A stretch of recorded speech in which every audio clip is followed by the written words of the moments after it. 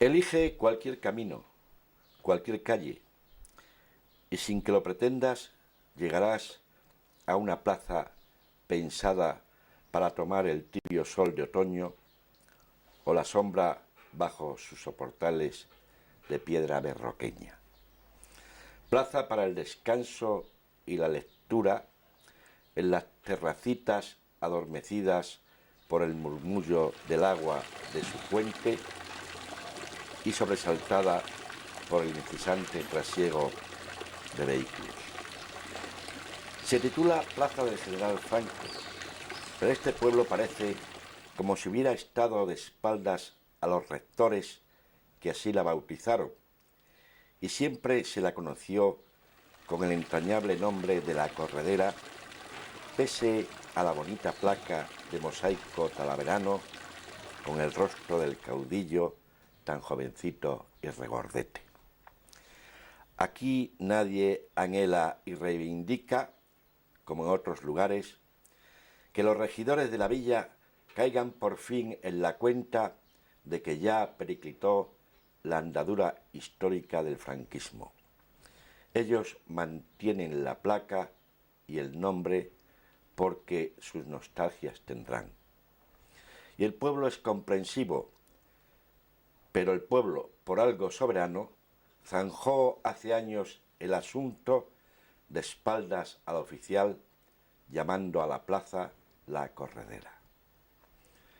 Así que no preguntes por la plaza del General Franco, porque lo mismo te orientan, sin mala intención, rumbo al cuartel de la Guardia Civil. También se esforzaron los rectores por colocarle al parque apellidos ilustres, pero este pueblo tampoco entró por el aro de robarle intimidad a un sencillo y pueblerino nombre, el Parque, cargándole con las solemnes galas de apellidos franquistas.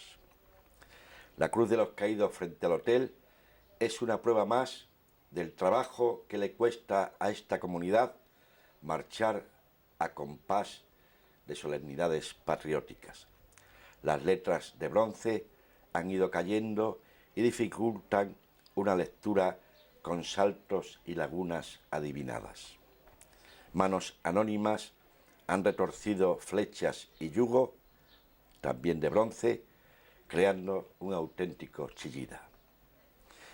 Y es que has llegado a Hervás, extraño mestizaje de tradición y modernidad, pueblo liberal que, junto a una discoteca que maneja rayos láser, conserva un casino de señores o un cineclub que proyectan las películas más progres, junto a otro que proyecta ciclos de cine S. Patronos socialistas que tienen obreros militando en UCD, universitarios que pagaron una matrícula, junto a albañiles, pintores y jornaleros que escriben sencillos poemas a lo Berceo. Esto es un Macondo.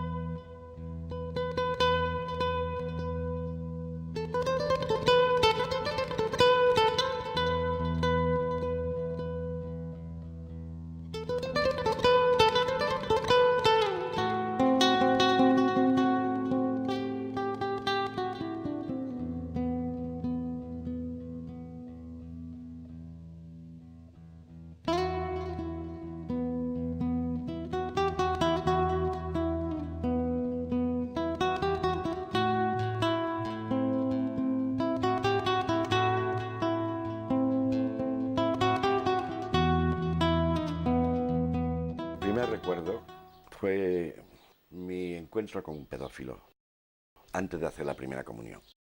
y yo superé con nota aquel encuentro. Fue en una chopera. Un amigo y yo, con 7 años, acechados por un pedófilo.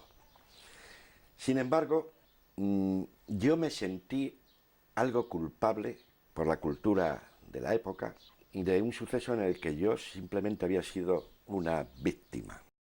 Recuerdo a Ferrater, el poeta, cuando con un suceso parecido escribió que alguien le había partido a su cara la vida.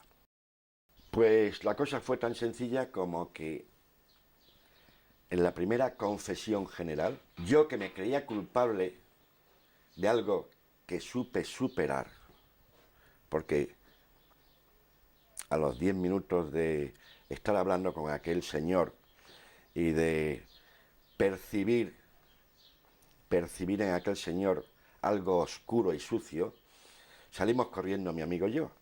Bueno, mi amigo se quedó un poco retrasado porque aquel señor nos había ofrecido a cada uno una peseta.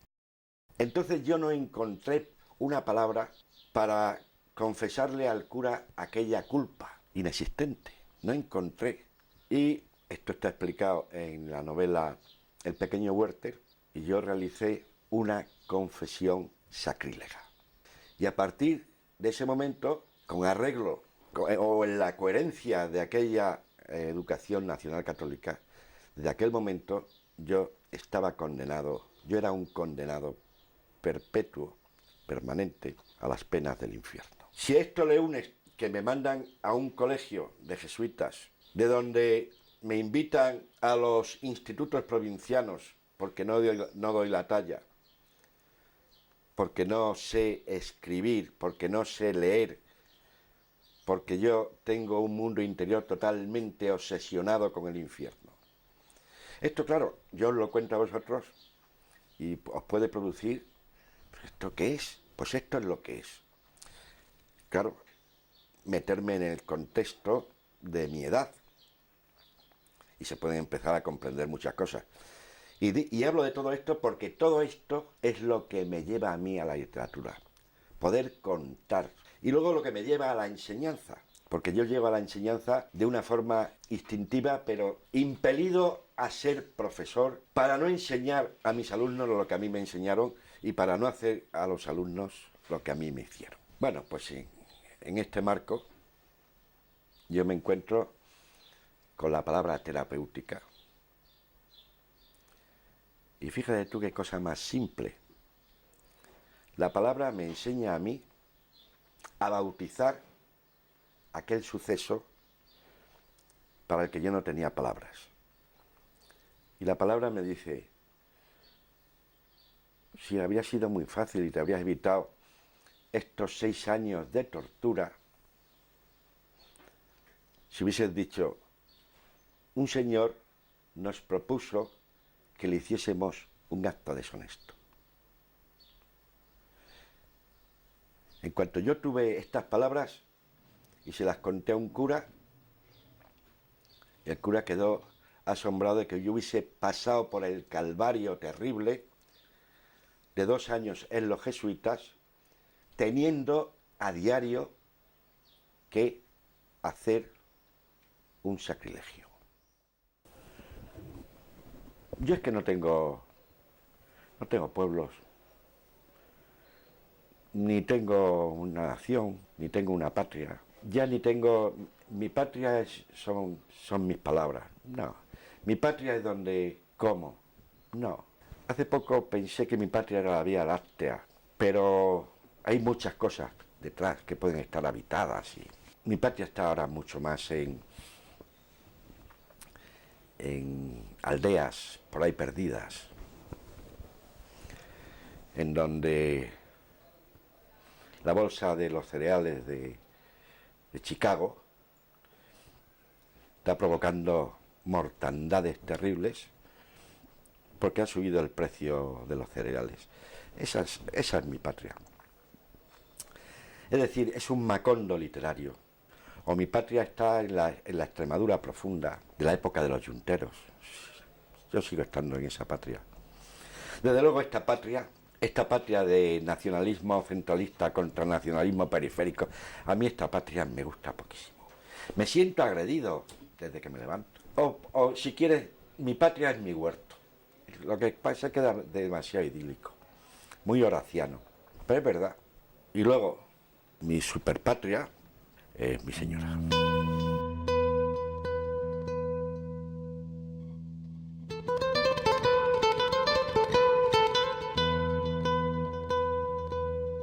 Algo gordo ha perdido la sociedad cuando ha perdido la figura del abuelo, y sobre todo de los abuelos de hace 2 generaciones, que te enseñaban una visión cosmogónica del mundo. Eran abuelos que pertenecían al sector primario, a la agricultura, a la ganadería. Conocían palabras maravillosas con que bautizaban los trabajos, las horas, las cosas, los tiempos, la lluvia,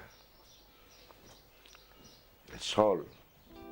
Yo, durante un mes, no dormía por las noches, porque mi abuelo no dormía, y cuando yo me quedaba dormido me daba un codazo, porque me estaba contando las hazañas de Jaime Alfonso el Barbudo, que fue el prototipo de bandolero extremeño. En Extremadura hay una tradición de bandolerismo increíble.